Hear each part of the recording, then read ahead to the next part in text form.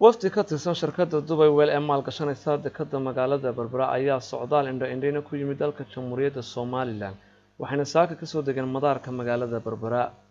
waxaa halkaasi ku soo dhaweeyay mas'uuliyiin tiro badan oo ay ka mid yihiin wasiirka wasaaradda arrimaha dibadda Saacad Xaaji Cali Shire iyo wasiirka wasaaradda madaxtooyada Maxamuud Xaashi isla markaana waxay soo indho-indheeyeen qaybaha dekedda iyo shaqada ka socota waqti xaadirkan ugu horeyn waxaa halkaasi ka hadlay maarayaha dekedda Berbera Engineer Cali Cumar Maxamed Cali Xorxor oo sheegay ahmiyadda uu leeyahay safarkan iyo mas'uul ka tirsan shirkadda Dubai Well sidoo kale bismillaahir rahmaanir rahiim halkan waxa jooga halkan waxa ku arkaysaa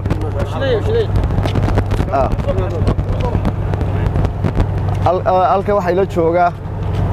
Master Sultan oo ah madaxa DP World ninka DP World ugu sareeya oo aanu dubaynaa 3-4 jeer hore isku aragnay barnaamijkii horumarinta dekedda aynu ka hadlaynay ay maanta u yimaadeen inay dhooda ku arkaan dekedda Berbera marka wada hadalku noo socdaa halkan wada hadal maanta waxaan tusnay waxa xoojinaysaa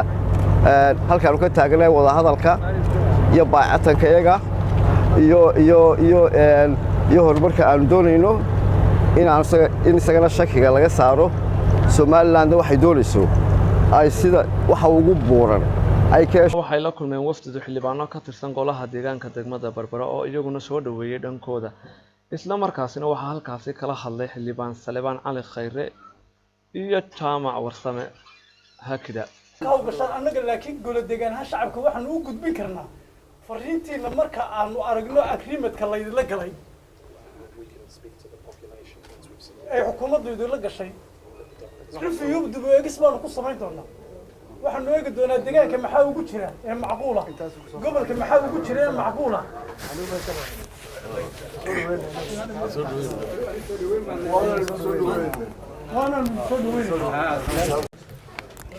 islaamnimada ay naga dhaxaysa jaarnimada ay naga dhaxaya ganacsiga ay naga dhaxeeya wax badan bay naga dhaxeeya maantana ganacsigii iyo wax wada qabsi ayaa u socotaan taana wada ku soo dhaweyn